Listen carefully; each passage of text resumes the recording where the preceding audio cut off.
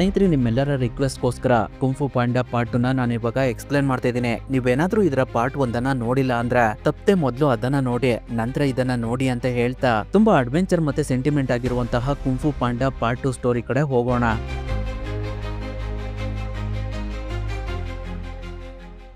ಕತೆ ಶುರುವಾದಾಗ ತುಂಬಾ ವರ್ಷಗಳ ಹಿಂದೆ ಚೀನಾದಲ್ಲಿರುವಂತಹ ಕಾಂಗ್ಮೆನ್ ಅನ್ನೋ ಒಂದು ಸಿಟಿನ ನವಿಲುಗಳು ಆಳ್ವಿಕೆ ಮಾಡ್ತಿರ್ತವೆ. ಆ ಸಿಟಿ ತುಂಬಾನೇ ಸಮೃದ್ಧಿಯಾಗಿ ಬೆಳೆದಿರುತ್ತೆ. ಆದ್ರೆ ಆ ರಾಜನ ಮಗನಾದ ಲಾರ್ಡ್ ಶೈನ್ ತುಂಬಾ ಸಂಶೋಧನೆಗಳನ್ನ ಮಾಡಿ ಮದ್ದುಗುಂಡುಗಳನ್ನ ಹೇಗ್ ರೆಡಿ ಮಾಡಬಹುದು ಅನ್ನೋದನ್ನ ತಿಳ್ಕೊತಾನೆ. ಅದು ಸಂತೋಷದ ವಿಷಯನೇ ಇರಬಹುದು, ಆದ್ರೆ ಅದರಿಂದ ವಿನಾಶ ಆಗುವಂತ ಸಾಧ್ಯತೆ ಕೂಡ ಇರುತ್ತೆ. ಅದರಿಂದ ಲಾರ್ಡ್ ಶೈನ್ ತಂದೆ ತಾಯಿಗಳು ಅವನು ಅದೇ ದಾರಿನಲ್ಲಿ ಹೋದ್ರೆ ಒಳ್ಳೇದಾಗುತ್ತಾ ಕೆಟ್ಟದಾಗುತ್ತಾ ಅನ್ನೋದನ್ನ ತಿಳ್ಕೊಳ್ಳೋದಕ್ಕೆ ಅದೇ ಊರಿನಲ್ಲಿರುವಂತಹ ಮಾಂತ್ರಿಕರಾಗಿರುವಂತಹ ಸೂಟ್ಸೇರ್ ಹತ್ರ ಹೋಗಿ ಲಾರ್ಡ್ ಶೇನ್ ಬಗ್ಗೆ ಭವಿಷ್ಯ ಕೇಳ್ತಾರೆ. ಅದಕ್ಕೆ ಅವರು ಲಾರ್ಡ್ ಶೇನ್ ಏನಾದ್ರು ಇದೇ ದಾರಿನಲ್ಲಿ ನಡೆಯೋದಕ್ಕೆ ಸ್ಟಾರ್ಟ್ ಮಾಡಿದ್ರೆ ಒಂದಲ್ಲ ಒಂದು ದಿನ ಕಾಲ್ ಸಫೇದ್ ಯುದ್ಧ ನಡೆಯುವಂತ ಸಾಧ್ಯತೆ ಇದೆ. ಅವಾಗ ಶೇನ್ ಒಂದು ಪಾಂಡದಿಂದ ಸಾಯ್ಬೇಕಾಗುತ್ತೆ ಅಂತ ಹೇಳ್ತಾರೆ. ಅದನ್ನ ಶೇನ್ ಮರೆಯಲ್ಲೇ ಕೇಳಿಸ್ಕೊಂಡು ಕೆಲವು ಸೈನಿಕರುಗಳನ್ನ ಕರ್ಕೊಂಡೋಗಿ ಇಡೀ ಪಾಂಡ ಸಂತತಿನೇ ನಾಶ ಮಾಡ್ಬಿಡ್ತಾನೆ. ಅದು ಅವನ ತಂದೆ ತಾಯಿಗೆ ಗೊತ್ತಾಗಿ ಅವರು ಅವನಿಗೆ ಬುದ್ಧಿ ಹೇಳ್ತಾರೆ. ಆದ್ರೆ ಅವರ ಮಾತನ್ನ ಶೇನ್ ಕೇಳ್ದೆ ಅವನು ಅರಮನೆಯನ್ನೇ ಬಿಟ್ಟು ಬೇರೆ ಕಡೆ ಬಂದು ಮದ್ದುಗುಂಡುಗಳನ್ನ ರೆಡಿ ಮಾಡುವಂತಹ ಒಂದು ಫ್ಯಾಕ್ಟರಿನೇ ರೆಡಿ ಮಾಡ್ತಾನೆ. ಅಲ್ಲಿ ಅವನು ಎಲ್ಲಾ ರೀತಿಯ ಮದ್ದುಗುಂಡುಗಳನ್ನ ರೆಡಿ ಮಾಡ್ತಿರ್ತಾನೆ. ಇವ್ರುಗಳೆಲ್ಲ ಅವನ ಸೈನಿಕರು. ಇವನೇ ಅಲ್ಲಿರುವಂತಹ ವೂಲ್ಫ್ ಗಳ ಬಾಸ್. ಆ ಫ್ಯಾಕ್ಟರಿನಲ್ಲಿ ಶೇನ್ ಪಿರಂಗಿಗಳನ್ನ ಕೂಡ ರೆಡಿ ಮಾಡ್ತಿರ್ತಾನೆ. ಅದಕ್ಕೆ ತುಂಬಾನೇ ಕಬ್ಬಿಣದ ಅವಶ್ಯಕತೆ ಇರುತ್ತೆ. ಅದು ಖಾಲಿಯಾಗಿರೋದ್ರಿಂದ ಅವನ ಸೈನಿಕರಿಗೆ ನೀವೆಲ್ಲ ಇಲ್ಲಿಂದ ಹೊರಗಡೆ ಹೋಗಿ ಅಕ್ಕಪಕ್ಕ ಇರುವಂತಹ ಹಳ್ಳಿಗಳಲ್ಲಿ ಕಬ್ಬಿಣನ ಹುಡುಕಿ ತಗೊಂಡ್ ಬನ್ನಿ ಅಂತ ಹೇಳ್ತಿರ್ತಾನೆ. ಅಲ್ಲಿಗೆ ಆ ಸೀನ್ ಕಟ್ಟಾಗಿ ನಮ್ಗೆ ಪೋ, ಟೈಗ್ರೆಸ್, ಮಾಸ್ಟರ್ ಕ್ರೈನ್, ಮಂಕಿ, ವೈಫರ್ ಮತ್ತೆ ಮ್ಯಾಂಟಿಸ್ ನ ತೋರಿಸ್ತಾರೆ. ಅವ್ರುಗಳೆಲ್ಲ ಸೇರ್ಕೊಂಡು ಪೋ ಒಂದೇ ಸಲ ಎಷ್ಟು ಮೋಮಸ್ ಗಳನ್ನ ತಿನ್ನೋದಕ್ ಸಾಧ್ಯ ಅನ್ನೋದನ್ನ ಚೆಕ್ ಮಾಡ್ತಿರ್ತಾರೆ. ಅಷ್ಟರಲ್ಲಿ ಪೋಗೆ ಪ್ರಾಕ್ಟೀಸ್ ಮಾಡುವಂತ ಟೈಮ್ ಆಗ್ಬಿಡುತ್ತೆ. ಅದರಿಂದ ಅವನು ಮಾಸ್ಟರ್ ಶಿಪ್ ನ ಮೀಟ್ ಮಾಡೋದಕ್ಕೆ ಅಂತ ಹೋಗ್ತಿರ್ತಾನೆ. ಅವರು ಒಂದು ಪ್ರಶಾಂತವಾಗಿರುವಂತ ಜಾಗದಲ್ಲಿ ಧ್ಯಾನ ಮಾಡ್ತಿರ್ತಾರೆ. ಅವಾಗ ಅಲ್ಲಿಗೆ ಪೋ ಬಂದು ಗುರುಜಿ ನಾನು ಯಾರ ಜೊತೆ ಹೋರಾಡ್ಬೇಕು ಅಂತ ಹೇಳಿ ನಾನಿವಾಗ ಒಳ್ಳೆ ಮೂಡ್ ನಲ್ಲಿದ್ದೀನಿ, ಆದ್ರೆ ಅದಕ್ಕಿಂತ ಮುಂಚೆ ನೀವು ಇದುವರೆಗೂ ಏನ್ ಮಾಡ್ತಿದ್ರಿ ಅಂತ ಕೇಳ್ತಾನೆ. ಅದಕ್ಕೆ ಮಾಸ್ಟರ್ ಶಿಫ್ ನಾವು ಮನಃಶಾಂತಿಯಿಂದ ಗ್ರ್ಯಾಂಡ್ ಮಾಸ್ಟರ್ ಹೋಗ್ಬೆ ಅವರನ್ನ ನೆನ್ಪು ಮಾಡ್ಕೊಂಡು ಏನ್ ಬೇಕಾದ್ರೂ ಮಾಡಬಹುದು ಅಂತ ಹೇಳಿ ಕೆಳಗಡೆ ಬೀಳ್ತಿರುವಂತಹ ಒಂದು ನೀರಿನ ಹನಿಯನ್ನ ಇಟ್ಕೊಂಡು ಅದಕ್ಕೆ ಸ್ವಲ್ಪನೂ ಏನು ಆಗದೆ ಇರೋ ಹಾಗೆ ಕೆಳಗಡೆ ಇರುವಂತಹ ಒಂದು ಗಿಡದ ಮೇಲ್ಗಡೆ ಬಿಡ್ತಾರೆ. ಅವಾಗ ನೀರಿನ ಹನಿ ನದಿ ಒಳಗಡೆ ಸೇರ್ಕೊಡುತ್ತೆ. ಅದನ್ನ ನೋಡಿ ಪೋ ತುಂಬಾ ಖುಷಿಯಿಂದ ಇದು ಹೇಗ್ ಸಾಧ್ಯ ಅಂತ ಕೇಳ್ತಾನೆ. ಅದಕ್ಕೆ ಮಾಸ್ಟರ್ ಶಿಪ್ ಇದು ನಿನ್ನ ಶಿಕ್ಷಣದ ಮುಂದಿನ ಹಂತ. ಈ ಶಕ್ತಿ ಎಲ್ಲಾ ಮಾಸ್ಟರ್ ಗಳಿಗೂ ಸಿಗೋದಿಲ್ಲ. ಕೇವಲ ಕೆಲವು ಮಾಸ್ಟರ್ಸ್ ಗಳು 50 ವರ್ಷಗಳ ಕಾಲ ಗುಹೆಗಳಲ್ಲಿ ಮೆಡಿಟೇಷನ್ ಮಾಡಿ ಈ ಶಕ್ತಿನ ಪಡ್ಕೊಂಡಿರ್ತಾರೆ. ಗ್ರ್ಯಾಂಡ್ ಮಾಸ್ಟರ್ ಹೋಗ್ಬೆ ನಿನ್ನ ಡ್ರಾಗನ್ ವಾರಿಯರ್ ಆಗಿ ಸೆಲೆಕ್ಟ್ ಮಾಡಿದಾಗ ನನ್ಗೆ ಸ್ವಲ್ಪನೂ ಇಷ್ಟ ಆಗ್ಲಿಲ್ಲ. ಆದ್ರೆ ಆಮೇಲೆ ನನಗೆ ಗೊತ್ತಾಯ್ತು ತಪ್ಪು ನಿಂದಲ್ಲ ನಂದು ಅಂತ. ನಾನು ಮನಃಶಾಂತಿಯಿಂದ ಯೋಚನೆ ಮಾಡಿದ್ರೆ ಈ ರೀತಿ ಆಗ್ತಾ ಇರ್ಲಿಲ್ಲ ಅಂತ ಹೇಳ್ತಾರೆ. ಅಷ್ಟರಲ್ಲಿ ಅಲ್ಲಿಗೆ ಟೈಗ್ರೆಸ್ ಬಂದು ಬ್ಯಾಂಡೆಂಟ್ಸ್ ಗಳು ಮ್ಯೂಸಿಷಿಯನ್ ಇರುವಂತಹ ಹಳ್ಳಿ ಹತ್ರ ಬರ್ತಿದ್ದಾರೆ ಅಂತ ಹೇಳ್ತಾಳೆ. ಅದರಿಂದ ಅವ್ರಗಳೆಲ್ಲ ಅಲ್ಲಿಂದ ಹಳ್ಳಿ ಕಡೆ ಹೋಗ್ತಿರ್ತಾರೆ. ಈ ಕಡೆ ಲಾರ್ಡ್ ಶೇನ ಗಾರ್ಡ್ಸ್ ಗಳೆಲ್ಲ ಹಳ್ಳಿ ಒಳಗಡೆ ನುಗ್ಗಿ ಅಲ್ಲಿರುವಂತ ಕಬ್ಬಿಣದ ವಸ್ತುಗಳನ್ನೆಲ್ಲ ತಗೊಂಡು ಹೋಗ್ತಿರ್ತಾರೆ. ಇನ್ನೇನ್ ಅವ್ರಗಳೆಲ್ಲ ವಸ್ತುಗಳನ್ನ ತಗೊಂಡು ಅಲ್ಲಿಂದ ಹೋಗ್ಬೇಕು. ಅಷ್ಟರಲ್ಲಿ ಅಲ್ಲಿಗೆ ಪೋ ಮತ್ತೆ ಅವನ ಟೀಮ್ ನವರೆಲ್ಲ ಬಂದು ಆ ಗಾರ್ಡ್ಸ್ ಗಳ ಜೊತೆ ಫೈಟ್ ಮಾಡೋದಕ್ಕೆ ಸ್ಟಾರ್ಟ್ ಮಾಡ್ತಾರೆ. ಎಲ್ರು ಸೇರ್ಕೊಂಡು ಆ ಗಾರ್ಡ್ಸ್ ಗಳಿಗೆ ಸರಿಯಾಗಿ ಹೊಡಿತಾ ಇರ್ತಾರೆ. ಅದನ್ನ ನೋಡಿ ಆ ಗಾರ್ಡ್ಸ್ ಗಳ ಲೀಡರ್ ಒಂದು ಕೂಗ್ನ ಹಾಕುತ್ತೆ. ಆ ಶಬ್ದನ ಕೇಳಿಸ್ಕೊಂಡು ಮೇಲ್ಗಡೆ ಇದ್ದಂತಹ ಗೊರಿಲ್ಲಗಳು ಅವ್ರಗಳನ್ನ ಮೇಲ್ಗಡೆ ಎಳ್ಕೊಳ್ತಾ ಇರ್ತವೆ. ಅವಾಗ ಮಾಸ್ಟರ್ ಕ್ರೇನ್ ಮೇಲ್ಗಡೆ ಹಾರ್ಕೊಂಡು ಹೋಗಿ ಹಗ್ಗನ ಕಟ್ ಮಾಡಿ ಆ ವಸ್ತುಗಳೆಲ್ಲ ಕೆಳಗಡೆ ಬೀಳೋ ತರ ಮಾಡುತ್ತೆ. ಆ ವಸ್ತುಗಳನ್ನ ಕೆಳಗಡೆ ಇದ್ದವರೆಲ್ಲ ಇಟ್ಕೊಂಡು ಸೇಫ್ ಆಗಿ ಒಂದ್ ಕಡೆ ಇಟ್ಟು ಎಲ್ರು ಸೇಫ್ ಆಗಿದ್ದೀರಾ ಅಂತ ವಿಚಾರಿಸ್ತಾ ಇರ್ಬೇಕಾದ್ರೆ ಹಿಂದೆಯಿಂದ ಒಬ್ಬ ಗಾರ್ಡ್ಸ್ ಪೋಗೆ ಹೊಡೆಯೋದಕ್ಕೆ ಅಂತ ಬರ್ತಿರ್ತಾನೆ. ಅವಾಗ ಅವನ ತೋಳಲ್ಲಿದ್ದಂತಹ ಸಿಂಬಲ್ ನ ಪೋ ನೋಡಿದಾಗ ಅವನಿಗೆ ಹಳೆದೆಲ್ಲ ನೆನಪಾಗ್ತಿರುತ್ತೆ. ಅಷ್ಟರಲ್ಲಿ ಆ ಗಾರ್ಡ್ ಪೋಗೆ ಒಂದ್ ಏಟ್ ಹೊಡೆದು ಸ್ವಲ್ಪ ವಸ್ತುಗಳನ್ನ ತಗೊಂಡು ಉಳ್ದವನ್ನೆಲ್ಲ ಕೆಳಗಡೆ ಬೀಳ್ಸಿ ಮೇಲ್ಗಡೆ ಹೋಗ್ತಾನೆ. ಅದಾದ್ಮೇಲೆ ಪೋ ಅವನ ತಂದೆ ಹತ್ರ ಬಂದು ನಡೆದಿದ್ ವಿಷಯನೆಲ್ಲ ಅವ್ರಿಗೆ ಹೇಳಿ ನಾನು ಎಲ್ಲಿಂದ ಬಂದೆ, ನನ್ನ ತಂದೆ ತಾಯಿ ಯಾರು ಅಂತ ಕೇಳ್ತಾನೆ. ಆ ಮಾತ್ನ ಕೇಳಿ ಪಿಂಕ್ ತುಂಬಾನೇ ದುಃಖದಿಂದ ನೀನ್ ನನಗೆ ಮೊದ್ಲು ಈ ಬುಟ್ಟಿ ಒಳಗಡೆ ಸಿಕ್ತೆ. ಅವತ್ ನಾನು ನೂಡಲ್ಸ್ ನ ರೆಡಿ ಮಾಡೋದಕ್ಕೆ ತರಕಾರಿಗಳನ್ನ ತರೋದಕ್ಕೆ ಅಂತ ಹಿಂದೆ ಹೋದೆ. ಅವಾಗ ಅಲ್ಲಿ ನನಗೆ ಒಂದು ಬಾಕ್ಸ್ ಒಳಗಡೆ ತುಂಬಾ ಕ್ಯೂಟ್ ಆಗಿರುವಂತ ಪಾಂಡದ ಮಗು ಸಿಕ್ತು. ಅದ್ರ ಸುತ್ತ ಯಾರು ಇರ್ಲಿಲ್ಲ. ನಾನ್ ಸ್ವಲ್ಪ ಹೊತ್ತು ಅಲ್ಲೇ ಕಾದೆ, ಆದ್ರೆ ಅಲ್ಲಿಗೆ ಯಾರು ಕೂಡ ಬರ್ಲಿಲ್ಲ. ಆದ್ರಿಂದ ನಾನು ಆ ಮಗುನ ಒಳಗಡೆ ಕರ್ಕೊಂಡ್ ಬಂದೆ. ನಂತರ ನಾನು ಅವನಿಗೆ ಸ್ನಾನ ಮಾಡಿಸಿ ತಿನ್ನೋದಕ್ಕೆ ನೂಡಲ್ಸ್ ನ ಕೊಟ್ಟೆ. ಅವಾಗ ನಾನು ಡಿಸೈಡ್ ಮಾಡ್ದೆ ನಿನ್ನ ನಾನು ಇನ್ ಮುಂದೆ ನನ್ ಜೊತೆನೆ ಇಟ್ಕೊಳ್ಬೇಕು ಅಂತ. ಅವತ್ತಿಂದ ಇವತ್ತಿನವರೆಗೂ ನಾನ್ ನಿನ್ನ ಪ್ರೀತಿಯಿಂದ ಸಾಕಿ ಇಷ್ಟ ದೊಡ್ಡವನಾಗಿ ಮಾಡಿದೀನಿ. ಆದ್ರೆ ಇನ್ ಮುಂದೆ ನೀನು ನನ್ನನ್ನ ಅಪ್ಪ ಅಂತ ಕರೆಯೋದಿಲ್ವಾ ಅಂತ ತುಂಬಾ ದುಃಖದಿಂದ ಕೇಳ್ತಿರುತ್ತೆ. ಅಲ್ಲಿಗೆ ಆ ಸೀನ್ ಕಟ್ಟಾಗಿ ನಮ್ಗೆ ಕಾಂಗ್ಮೆನ್ ಸಿಟಿನ ತೋರಿಸ್ತಾರೆ. ಅಲ್ಲಿ ಮಾಸ್ಟರ್ ಸ್ಟೋರ್ಮಿಂಗ್ ಓಕ್ಸ್, ಮಾಸ್ಟರ್ ಕ್ರಾಕ್ ಮತ್ತೆ ಮಾಸ್ಟರ್ ಥಂಡರಿಂಗ್ ಕುಂಫುನ ಅಭ್ಯಾಸ ಮಾಡ್ತಿರ್ತಾರೆ. ಅವಾಗ ಅಲ್ಲಿಗೆ ಲಾರ್ಡ್ ಶೇನ್ ಬಂದು ನಿಮ್ಮ ಅಭ್ಯಾಸನ ಇಲ್ಲಿಗೆ ಸ್ಟಾಪ್ ಮಾಡಿ ನನ್ನ ಅರಮನೆಯನ್ನ ಬಿಟ್ಟು ಹೊರಗಡೆ ಹೋಗಿ ಅಂತ ಹೇಳ್ತಾನೆ.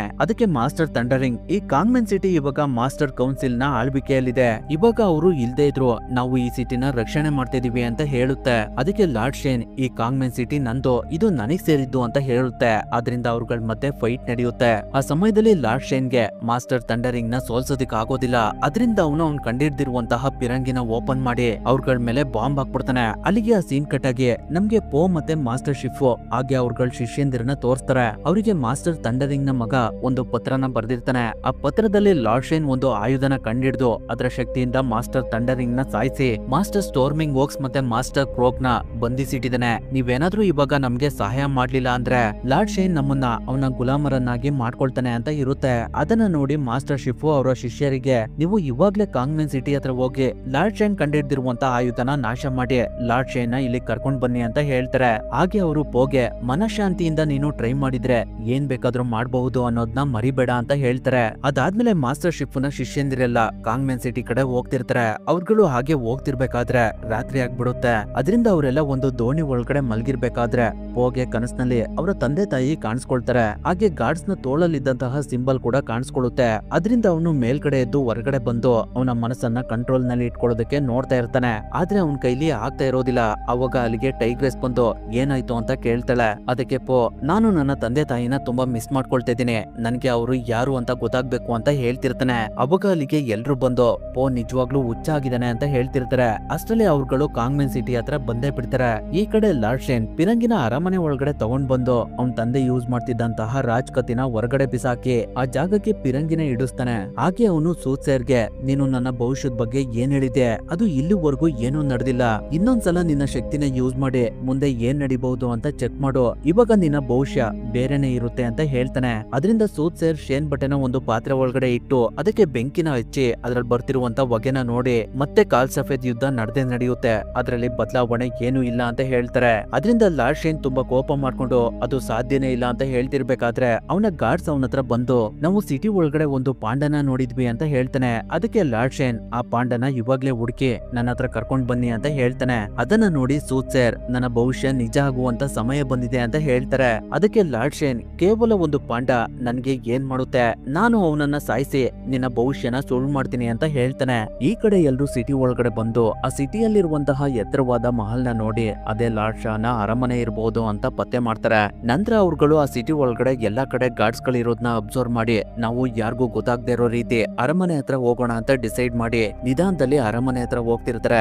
ಈ ಕಡೆ ಪೋ ಕೂಡ ಒಂದು ಡ್ರಾಗನ್ ಗೊಂಬೆನ ತಗೊಂಡು ಯಾರಿಗೂ ಕಾಣದೇ ಇರೋ ಹಾಗೆ ಹೋಗ್ತಿರ್ತಾನೆ. ಅದನ್ನ ಅವರ ಸ್ನೇಹಿತರು ನೋಡಿ ಅವ್ರುಗಳು ಕೂಡ ಗೊಂಬೆ ಒಳಗಡೆ ಬಂದು ಯಾರಿಗೂ ಗೊತ್ತಾಗದೇ ಇರೋ ಹಾಗೆ ಅರಮನೆ ಕಡೆ ಹೋಗ್ತಿರ್ಬೇಕಾದ್ರೆ ಒಬ್ಬ ಗಾರ್ಡ್ ಅಲ್ಲಿನ ಮನುಷ್ಯನಿಗೆ ತುಂಬಾನೇ ತೊಂದರೆ ಕೊಡ್ತಾ ಇರ್ತಾನೆ. ಅದನ್ನ ನೋಡಿ ಇವ್ರುಗಳು ಆ ಗಾರ್ಡ್ ನ ಗೊಂಬೆ ಒಳಗಡೆ ತಗೊಂಡು ಅವನಿಗೆ ಸರಿಯಾಗಿ ಹೊಡೆದಾಕ್ಬಿಡ್ತಾರೆ. ಅದನ್ನ ನೋಡಿ ಆ ಮನುಷ್ಯ ಅವ್ರುಗಳಿಗೆ ಲಾರ್ಡ್ ಶೈನ್ ಮಾಸ್ಟರ್ ಸ್ಟ್ರೋಮಿಂಗ್ ವೋಕ್ಸ್ ಮತ್ತೆ ಮಾಸ್ಟರ್ ಕ್ರೋಕ್ ನ ಎಲ್ ಬಂಧಿಸಿದ್ದಾರೆ ಅನ್ನೋದನ್ನ ಹೇಳ್ತಿರ್ತಾನೆ. ಅಷ್ಟರಲ್ಲಿ ಒಬ್ಬ ಗಾರ್ಡ್ಸ್ ಅವ್ರುಗಳನ್ನ ನೋಡಿ ಉಳಿದಂತಹ ಗಾರ್ಡ್ಸ್ ಗಳಿಗೆ ಅವ್ರುಗಳನ್ನ ಬಂಧಿಸೋದಕ್ಕೆ ಹೇಳ್ತಾನೆ. ಅವಾಗ ಎಲ್ರು ಸೇರ್ಕೊಂಡು ಗಾರ್ಡ್ಸ್ ಗಳನ್ನ ಗೊಂಬೆ ಒಳಗಡೆ ಎಳ್ಕೊಂಡು ಅವ್ರುಗಳಿಗೆ ಸರಿಯಾಗಿ ಹೊಡೆದು ಹಾಗೆ ಮುಂದೆ ಹೋಗ್ತಾ ಹೋಗ್ತಾ ಅವ್ರುಗಳು ಅಲ್ಲಿಂದ ತಪ್ಪಿಸ್ಕೊಳ್ತಾರೆ. ನಂತರ ಅವ್ರುಗಳು ಕಾಂಗ್ಮೆನ್ ಜೈಲ್ ಹತ್ರ ಬಂದು ಅಲ್ಲಿದ್ದಂತಹ ಗಾರ್ಡ್ಸ್ ಗಳಿಗೆಲ್ಲ ಹೊಡೆದು ಮಾಸ್ಟರ್ ಕ್ರೋಕ್ ಮತ್ತೆ ಮಾಸ್ಟರ್ ಸ್ಟ್ರೋಮಿಂಗ್ ವೋಕ್ಸ್ ಇರುವಂತ ಜೈಲ್ ಹತ್ರ ಬಂದು ಆ ಜೈಲ್ ಡೋರ್ ನ ಓಪನ್ ಮಾಡಿ ಬೇಗ ಇಲ್ಲಿಂದ ಹೊರಗಡೆ ಬನ್ನಿ, ನಾವು ಆ ಲಾರ್ಡ್ ಶೈನ್ ನ ಯಾವುದೇ ಕಾರಣಕ್ಕೂ ಬಿಡೋದ್ ಬೇಡ ಅಂತ ಹೇಳ್ತಿರ್ತಾರೆ. ಆದ್ರೆ ಮಾಸ್ಟರ್ ಕ್ರೋಕ್ ಮತ್ತೆ ಮಾಸ್ಟರ್ ಸ್ಟ್ರೋಮಿಂಗ್ ವೋಕ್ಸ್ ಇಬ್ರು ಅವ್ರಗಳ ಜೊತೆ ಹೋಗೋದಕ್ಕೆ ಒಪ್ಕೊಳ್ಳೋದಿಲ್ಲ. ನಮ್ಮ ಕುಂಫು ಲಾರ್ಡ್ ಶೈನ್ ಕಂಡಿಡಿದಿರುವಂತಹ ಆಯುಧದ ಮುಂದೆ ಏನು ಪ್ರಯೋಜನ ಆಗೋದಿಲ್ಲ, ಅದರಿಂದ ಅವನು ನಮ್ಮನ್ನ ಒಂದೇ ಕ್ಷಣದಲ್ಲಿ ಸಾಯಿಸ್ಬಿಡ್ತಾನೆ ಅಂತ ಹೇಳ್ತಾರೆ. ಅವ್ರಗಳ ಮನ ಒಲಿಸೋದಕ್ಕೆ ಪೋ ತುಂಬಾನೇ ಟ್ರೈ ಮಾಡ್ತಾನೆ. ಆದ್ರೂ ಕೂಡ ಅವ್ರುಗಳು ಲಾರ್ಡ್ ಶೈನ್ ವಿರುದ್ಧ ಹೋರಾಡೋದಕ್ಕೆ ಒಪ್ಪೋದಿಲ್ಲ. ಅದರಿಂದ ಪೋ ಅವ್ರಗಳಿಗೆ ಬೈದು ನೀವುಗಳು ಬರ್ಲಿಲ್ಲ ಅಂದ್ರೆ ಪರವಾಗಿಲ್ಲ, ನಾವುಗಳೇ ಲಾರ್ಡ್ ಶೈನ್ ಜೊತೆ ಹೋರಾಡಿ ಕುಂಫು ಶಕ್ತಿ ಏನು ಅಂತ ಅವನಿಗೆ ತೋರಿಸ್ತೀವಿ, ಅವಾಗ ನಿಮ್ಗೆ ಅರ್ಥ ಆಗುತ್ತೆ ಕುಂಫು ಇನ್ನು ಬದುಕಿದೆ ಅಂತ ಹೇಳ್ತಿರ್ಬೇಕಾದ್ರೆ ಅಲ್ಲಿಗೆ ಮತ್ತೆ ಗಾರ್ಡ್ಸ್ ಗಳು ಬಂದ್ಬಿಡ್ತಾರೆ. ಅವ್ರಗಳಿಗೆ ಮಂಕಿ ಮತ್ತೆ ಮಾಸ್ಟರ್ ಕ್ರೈನ್ ಹೊಡೆಯೋದಕ್ಕೆ ಅಂತ ಹೋದಾಗ ಒಬ್ಬ ಗಾರ್ಡ್ಸ್ ಅಲ್ಲಿಂದ ತಪ್ಪಿಸ್ಕೊಂಡು ಓಡೋಗ್ಬಿಡ್ತಾನೆ. ಅದರಿಂದ ಅವನನ್ನ ಹಿಡಿಯೋದಕ್ಕೆ ಅಂತ ಎಲ್ರು ಅವನ ಹಿಂದೆನೆ ಹೋಗ್ತಾರೆ. ಯಾಕಂದ್ರೆ ಅವನು ಅವ್ರಲ್ಲಿಗೆ ಬಂದಿರುವಂತ ವಿಷಯನ ಲಾರ್ಡ್ ಶೈನ್ಗೆ ಹೇಳ್ಬಾರ್ದು ಅಂತ. ಆ ಗಾರ್ಡ್ ಒಂದು ಟ್ರಾಲಿನಲ್ಲಿ ಹೋಗ್ತಾ ಇರ್ತಾನೆ. ಅದರಿಂದ ಪೋ ಕೂಡ ಅದೇ ರೀತಿ ಇರುವಂತಹ ಟ್ರಾಲಿನ ತಗೊಂಡು ಆ ಗಾರ್ಡ್ ಇಂದನೆ ಹೋಗ್ತಾನೆ. ಅವನನ್ನ ಹಿಡಿಯೋದಕ್ಕೆ ಎಲ್ರು ತುಂಬಾನೇ ಪ್ರಯತ್ನ ಪಡ್ತಿರ್ತಾರೆ. ಇನ್ನೇನ್ ಪೋವನನ್ನ ಹಿಡಿದು ಅವನಿಗೆ ಸರಿಯಾಗಿ ಹೊಡಿತಿರ್ಬೇಕಾದ್ರೆ ಅವ್ರುಗಳು ಅರಮನೆ ಹತ್ರನೇ ಬಂದ್ಬಿಟ್ಟಿರ್ತಾರೆ. ಅದರಿಂದ ಅಲ್ಲಿದ್ದಂತಹ ಗಾರ್ಡ್ಸ್ ಗಳೆಲ್ಲ ಅವ್ರಗಳ ಸುತ್ತ ಕವರ್ ಆಗಿ ಅವ್ರುಗಳನ್ನ ಬಂಧಿಸಿ ಲಾರ್ಡ್ ಶೈನ್ ಹತ್ರ ಕರ್ಕೊಂಡು ಹೋಗ್ತಾ ಇರ್ತಾರೆ. ಸ್ವಲ್ಪ ಸಮಯದ ನಂತರ ಅವ್ರುಗಳು ಲಾರ್ಡ್ ಶೈನ್ ಹತ್ರ ಬಂದಾಗ ಪೋನ ಸೂತ್ಸೇರ್ ನೋಡಿ ನೀನು ಒಳ್ಳೆ ಸಮೃದ್ಧಿಯಾಗಿ ಬೆಳೆದಿದೀಯಾ ಅಂತ ಹೇಳ್ತಿರ್ತಾರೆ. ಆ ಸಮಯದಲ್ಲಿ ಪೋ ಮತ್ತೆ ಅವನ ಗೆಳೆಯರೆಲ್ಲ ಎಲ್ಲ ಶೈನ್ ಕಂಡಿಡ್ದಿರುವಂತಹ ಪಿರಂಗಿನ ನೋಡಿ ತುಂಬಾ ಭಯ ಪಡ್ತಿರ್ತಾರೆ. ಆ ಪಿರಂಗಿಗೆ ಗೊರಿಲ್ಲಾ ಗಾರ್ಡ್ ಅಂತ ಕರೀತಾರೆ. ಲಾರ್ಡ್ ಶೈನ್ ಪೋನ ನೋಡಿ ತುಂಬಾ ನಗ್ತಾ, ನನಗೆ ನಂಬೋದಕ್ಕೆ ಆಗ್ತಾ ಇಲ್ಲ, ಇವನು ಡ್ರಾಗನ್ ವಾರಿಯರ, ಇವನು ನನ್ ಜೊತೆ ಹೋರಾಡ್ತಾನ, ತುಂಬಾ ತಮಾಷೆ ಆಗಿದೆ ಅಂತ ಹೇಳ್ತಿರ್ತಾನೆ. ಅವಾಗ ಸೂಟ್ಸರ್ ಇವನ್ ಬಗ್ಗೆ ನಿನಗೆ ಸರಿಯಾಗಿ ಗೊತ್ತಿಲ್ಲ ಅಂತ ಹೇಳ್ತಿರ್ತಾರೆ. ಆದ್ರೂ ಲಾರ್ಡ್ ಶೈನ್ ಪೋಗೆ ತುಂಬಾ ಬೈತಿರ್ತಾನೆ. ಆ ಸಮಯದಲ್ಲಿ ವೈಪರ್ ಯಾರಿಗೂ ಕಾಣ್ದಿರುವ ಹಾಗೆ ಅದರ ಬಾಲ್ದಿಂದ ಟೈಗ್ರೆಸ್ಸಿಗೆ ಹಾಕಿರುವಂತಹ ಲಾಕ್ ನ ಓಪನ್ ಮಾಡ್ತಿರ್ತಾಳೆ. ಲಾರ್ಡ್ ಶೈನ್ ಪೋಗೆ ಸಖತ್ ಬೈದು ಅವನ ಗಾರ್ಡ್ಸ್ ಗಳಿಗೆ ಇವ್ರುಗಳನ್ನ ಇವಾಗ್ಲೇ ಉಡಾಯಿಸ್ಬಿಡಿ ಅಂತ ಹೇಳ್ತಾನೆ. ಇನ್ನೇನ ಆ ಗಾರ್ಡ್ಸ್ ಗಳು ಗೊರಿಲ್ಲಾ ಗಾರ್ಡ್ ನಿಂದ ಬಾಂಬ್ ನ ಹಾಕ್ಬೇಕು. ಅಷ್ಟರಲ್ಲಿ ಮ್ಯಾಂಟಿಸ್ ಲಾಕರ್ ಇಂದ ಹೊರಗಡೆ ಬಂದು ಗೊರಿಲ್ಲಾ ಗಾರ್ಡ್ ಗೆ ಹತ್ತಿರುವಂತಹ ಬೆಂಕಿನ ಹೋಗಿಸ್ತಾ ಇರುತ್ತೆ.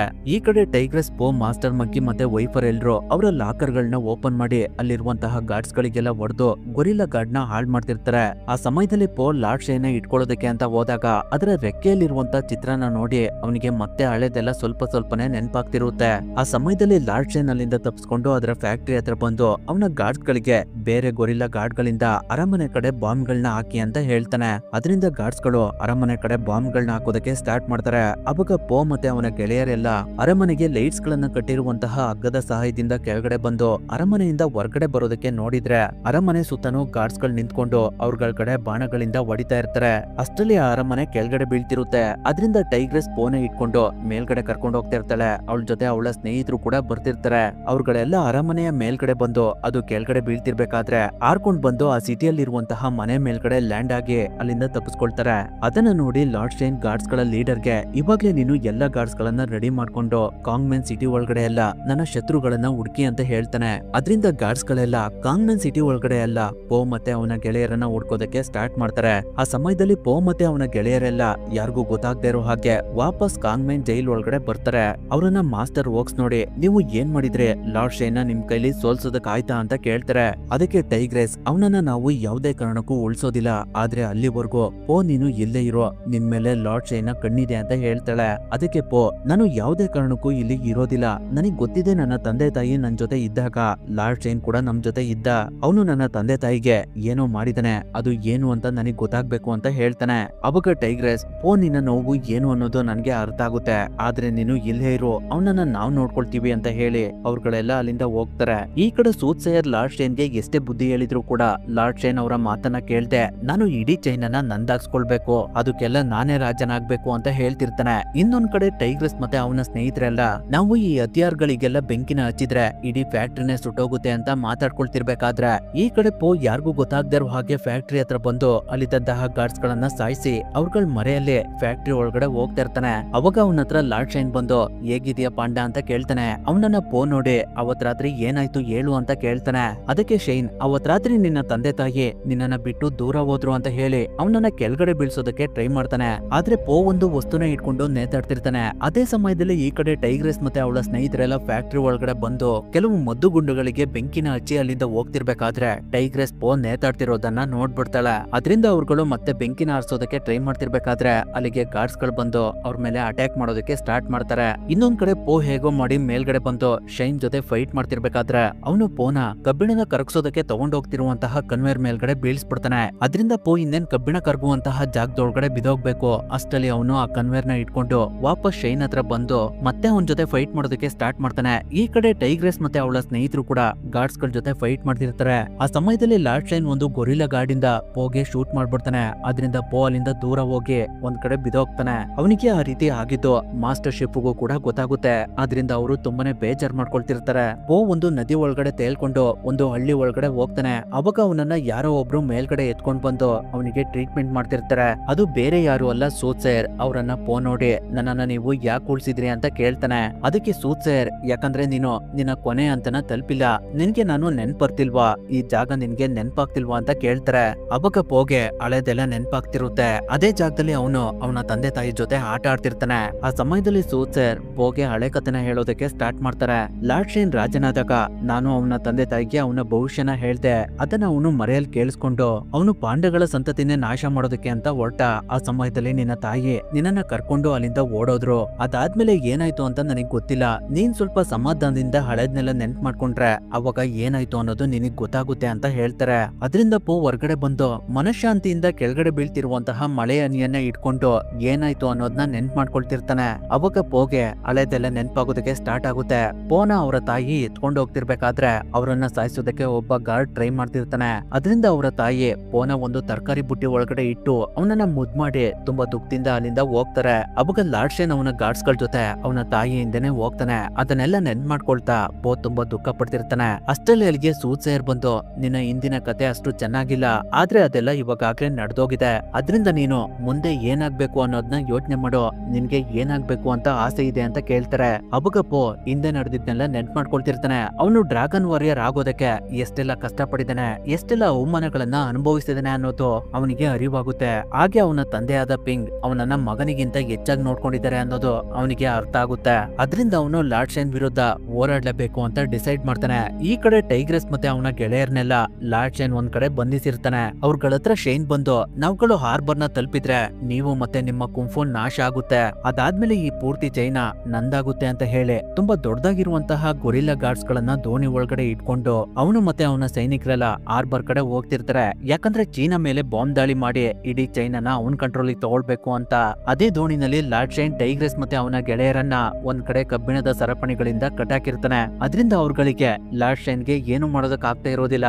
ಅವಾಗ ಅಲ್ಲಿಗೆ ಪೋ ಬರ್ತಾನೆ. ಅವನನ್ನ ನೋಡಿ ಲಾರ್ಡ್ ಶೇನ್, ನಾನ್ ನಿನ್ನನ್ನ ಎಷ್ಟ್ ಸಲ ಸಾಯಿಸ್ಲಿ ಪಾಂಡ, ಈ ಸಲ ನಿನ್ನನ್ನ ಯಾವ್ದೇ ಕಾರಣಕ್ಕೂ ಬಿಡೋದಿಲ್ಲ ಅಂತ ಹೇಳಿ ಅವನ ಗಾರ್ಡ್ಸ್ ಗಳಿಗೆ ಪೋ ಮೇಲೆ ಬಾಂಬ್ ನ ಹಾಕಿ ಅಂತ ಹೇಳ್ತಾರೆ. ಅದರಿಂದ ಗಾರ್ಡ್ಸ್ ಗಳು ಗೊರಿಲ್ಲಾ ಗಾರ್ಡ್ ನ ಪೋ ಕಡೆ ಟರ್ನ್ ಮಾಡ್ತಿರ್ತಾರೆ. ಆದ್ರೆ ಪೋ ಅಲ್ಲಿಂದ ಬೇರೆ ಕಡೆ ಹೋಗ್ತಿರ್ತಾನೆ. ಅವಾಗ ಗಾರ್ಡ್ಸ್ ಗಳಿಗೆ ಯಾವ ಕಡೆ ಶೂಟ್ ಮಾಡ್ಬೇಕು ಅನ್ನೋದೇ ಗೊತ್ತಾಗ್ತಾ ಇರೋದಿಲ್ಲ. ಪೋ ಹಾಗೆ ಮಾಡ್ತಾ ಮಾಡ್ತಾ ಅವನ ಗೆಳೆಯರಿರುವಂತ ಜಾಗದ ಹತ್ರ ಬಂದು ಅವರಿಗೆ ಒಂದು ಕತ್ತಿನ ಎಸಿತಾನೆ. ಅದನ್ನ ಇಟ್ಕೊಂಡು ಅವ್ರುಗಳು ಅವ್ರಿಗೆ ಕಟ್ಟಿರುವಂತಹ ಚೈನ್ ನ ಕಟ್ ಮಾಡ್ಕೊಂಡು ಗಾರ್ಡ್ಸ್ ಗಳ ಜೊತೆ ಫೈಟ್ ಮಾಡೋದಕ್ಕೆ ಸ್ಟಾರ್ಟ್ ಮಾಡ್ತಾರೆ. ಅವಾಗ ಅವ್ರಗಳಿಗೆ ಸಾಥ್ ಕೊಡೋದಕ್ಕೆ ಅಲ್ಲಿಗೆ ಮಾಸ್ಟರ್ ವೋಕ್ಸ್ ಮತ್ತೆ ಮಾಸ್ಟರ್ ಕ್ರೋ ಕೂಡ ಬರ್ತಾರೆ. ಹಾಗೆ ಅವ್ರಗಳಿಗೆಲ್ಲ ಗುರುಗಳಾಗಿರುವಂತಹ ಮಾಸ್ಟರ್ ಶಿಫು ಕೂಡ ಅಲ್ಲಿಗೆ ಬರ್ತಾರೆ. ಅವ್ರಗಳೆಲ್ಲ ಸೇರ್ಕೊಂಡು ಗಾರ್ಡ್ಸ್ ಗಳಿಗೆ ಸರಿಯಾಗಿ ಹೊಡಿತಾ ಇರ್ತಾರೆ. ಹಾಗೆ ಅವರ ದೋಣಿಗಳನ್ನ ನಾಶ ಮಾಡ್ತಿರ್ತಾರೆ. ಅವರೆಲ್ಲ ಒಟ್ಟಿಗೆ ಸೇರಿರೋದನ್ನ ಪೋ ನೋಡಿ ತುಂಬಾ ಖುಷಿ ಪಡ್ತಿರ್ತಾನೆ. ಅವರೆಲ್ಲ ಸೇರ್ಕೊಂಡು ಲಾರ್ಡ್ ಶೇನ್ ಗಾರ್ಡ್ಸ್ ಗಳಿಗೆ ಹೊಡಿತಾ ಇರ್ಬೇಕಾದ್ರೆ ಶೈನ್ ಅವನ ಗಾರ್ಡ್ಸ್ ಗಳ ಲೀಡರ್ಗೆ ಇವಾಗ್ಲೇ ಎಲ್ಲರನ್ನೂ ಉಡಾಯಿಸ್ಬಿಡು ಅಂತ ಹೇಳ್ತಾನೆ. ಆದ್ರೆ ಅದಕ್ಕೆ ಗಾರ್ಡ್ಸ್ ಗಳ ಲೀಡರ್, ಇವಾಗ ನಾವು ಬಾಂಬ್ ನ ಹಾಕಿದ್ರೆ ನಮ್ ಜನನು ಕೂಡ ಸತ್ತೋಗ್ತಾರೆ,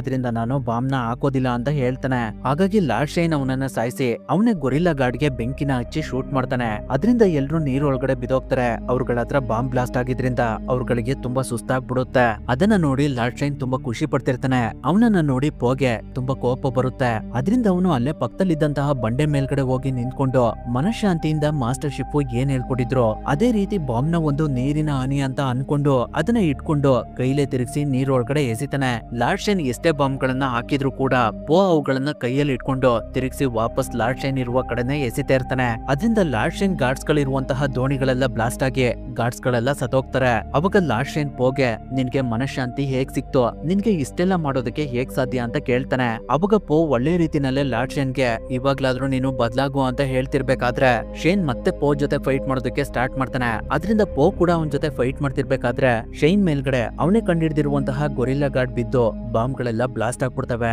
ಅದರಿಂದ ಲಾರ್ಡ್ ಶೇನ್ ಸತ್ತೋಗ್ತಾನೆ. ಆ ಸಮಯದಲ್ಲಿ ಪೋ ನೀರ್ ಒಳಗಡೆ ಬಿದ್ದಿದ್ರಿಂದ ಅವನಿಗೆ ಏನೂ ಆಗೋದಿಲ್ಲ. ಅವನನ್ನ ನೋಡಿ ಅವನ ಸ್ನೇಹಿತರೆಲ್ಲ ತುಂಬಾ ಖುಷಿ ಪಡ್ತಿರ್ತಾರೆ. ಮಾಸ್ಟರ್ ಶಿಫು, ನಿನ್ಗೆ ಇಷ್ಟು ಚಿಕ್ಕ ವಯಸ್ಸಿನಲ್ಲೇ ಮನಃಶಾಂತಿ ಸಿಕ್ಕಿದೆ ಅಂತ ಹೇಳ್ತಿರ್ತಾರೆ. ಅದಾದ್ಮೇಲೆ ಪೋ ಅವನ ಡ್ಯಾಡ್ ಹತ್ರ ವಾಪಸ್ ಬರ್ತಾನೆ. ಅವನನ್ನ ನೋಡಿ ಅವನ ಡ್ಯಾಡ್ಗೆ ತುಂಬಾ ಖುಷಿ ಆಗುತ್ತೆ. ಅವರಿಗೆ ಪೋ ನಡೆದಿದ್ ವಿಷಯನೆಲ್ಲ ಹೇಳಿ, ನಾನ್ ನಿಮ್ಮನ್ನ ತುಂಬಾ ಮಿಸ್ ಮಾಡ್ಕೊಳ್ತಿದ್ದೆ ಡ್ಯಾಡ್, ನಾನು ಯಾವತ್ತೂ ನಿಮ್ ಮಗನೇ ಅಂತ ತುಂಬಾ ಪ್ರೀತಿಯಿಂದ ಅವರನ್ನ ತಪ್ಕೊಳ್ತಾನೆ. ಅಲ್ಲಿಗೆ ಈ ಮೂವಿ ಎಂಡ್ ಆಗುತ್ತೆ.